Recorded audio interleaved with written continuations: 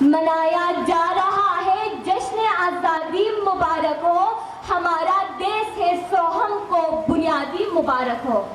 جناب صدر، مہمانان گرامی اور حاضرین مجلس، السلام علیکم۔ پیش کردہ قرارداد ابھی تک پاؤں سے چمٹی ہے زنجیریں غلامی کی، دین آ جاتا ہے آزادی کا، آزادی نہیں آتی۔ اس بات کی تائید کر گویا اس مکھی جیسے بنوں جو سارا خوبصورت جسم چھوڑ کے زخم پہ جا بیٹھے۔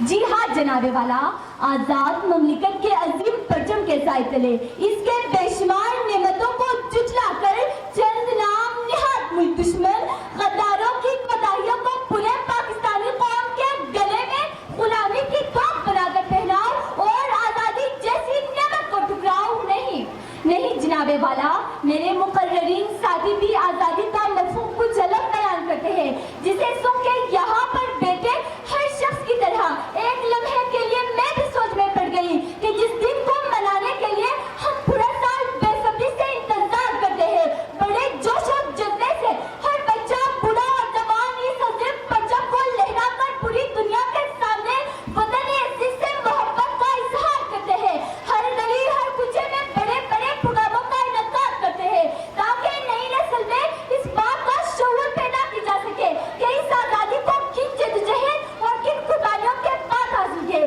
لیکن جناب والا، ان کے مفہوم کے مطابق ہم اب بھی غلام ہیں؟ نہیں جناب والا، میرے شعور نے اس بات کو تسلیم کرنے سے انکار کیا۔ میں پوچھتی ہوں ان سے اور یہاں پر بیٹھے ہر شخص سے کہ کیا کوئی ایسی زبان کہ جس میں اپنی بات دوسرے کو سمجھانا، اس زبان میں محض مواصلات غلامی ہے؟ اگر یہی غلامی ہے تو کیا کوئی غیر ملکی مواصلات کے لیے اردو زبان کا استعمال نہیں کرتا؟ اگر کرتا بھی ہے تو جناب والا کیا یہ درست ہے؟ میری تقریر سے تعبیر ہے تعمیر آزادی، وہ زنجیر غلامی تھی، یہ زنجیر آزادی۔ زمانے کو اب آزادی کے معنی ہم بتائیں گے، غلط ہوتی رہی ہے آج تک تفسیر آزادی۔ آئیے جناب والا، میں بتا دوں کہ آزادی کیا ہے۔ آزادی بے خوف و خطر زندگی گزارنے کا نام ہے، مکمل حصول علم آزادی ہے، خود مختار خیالات کا اظہار آزادی ہے، اپنی خواہشات کی غلامی سے خود کو آزاد کرنا آزادی ہے۔ اور جناب والا، ہم آزاد ہیں کیونکہ بے خوف و خطر آزادی کی اگلے ماہ ستمبر 1947 میں اقوام متحدہ کے رکن منتخب ہو کر بین الاقوامی معاملات میں خدمات سر انجام دیتے رہے۔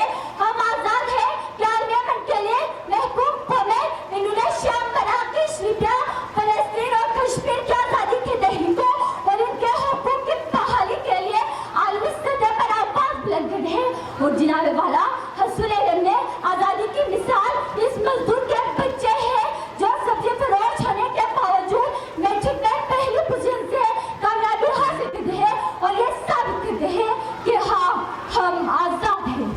اپنے خواہشات کی غلامی سے خود کو آزاد کرنے کا ثبوت